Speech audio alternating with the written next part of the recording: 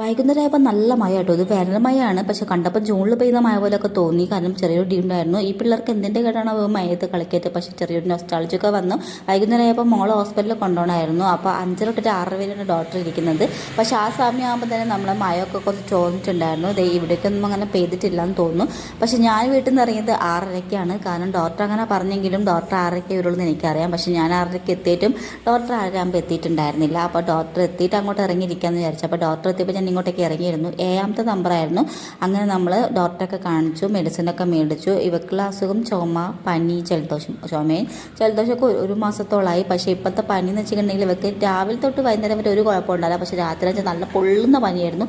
2 ദിവസമായിട്ട് ഉറക്കമൊന്നും ഉണ്ടായിരുന്നില്ല. കാരണം 1 വയസ്സിൽ വെക്സ് വന്നുകൊണ്ട് അങ്ങനെ വരുമെന്നുള്ള പേടിച്ചിട്ടൊന്നും ഉറങ്ങിയിട്ടുണ്ടായിരുന്നില്ല. ഇടയ്ക്കിടയ്ക്ക് നനച്ചെടുക്കുന്നുണ്ടായിരുന്നു. കാരണം നമ്മൾ ഡോക്ടർ ലീവായിരുന്നു. അതുകൊണ്ട് ഈ ഡോക്ടറെ തന്നെ കാണിക്കാൻ വേണമായിരുന്നു എനിക്ക്.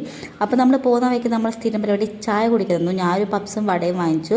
മോക്ക് ഞാൻ തണുക്കാത്തൊരു ഫ്രൂട്ടി വാങ്ങിച്ചു കൊടുത്തു. പിന്നെ ഒരു ചായയും കുടിച്ചു. മഴ ആയതുകൊണ്ട് തന്നെ ചായയാണ് കുടിച്ചത്. അപ്പോൾ ഇന്നത്തെ വീഡിയോ ഇത്രയൊക്കെ ഉള്ളൂ. ഇഷ്ടപ്പെട്ട ചാനൽ ഒന്ന് സബ്സ്ക്രൈബ് ചെയ്തേ.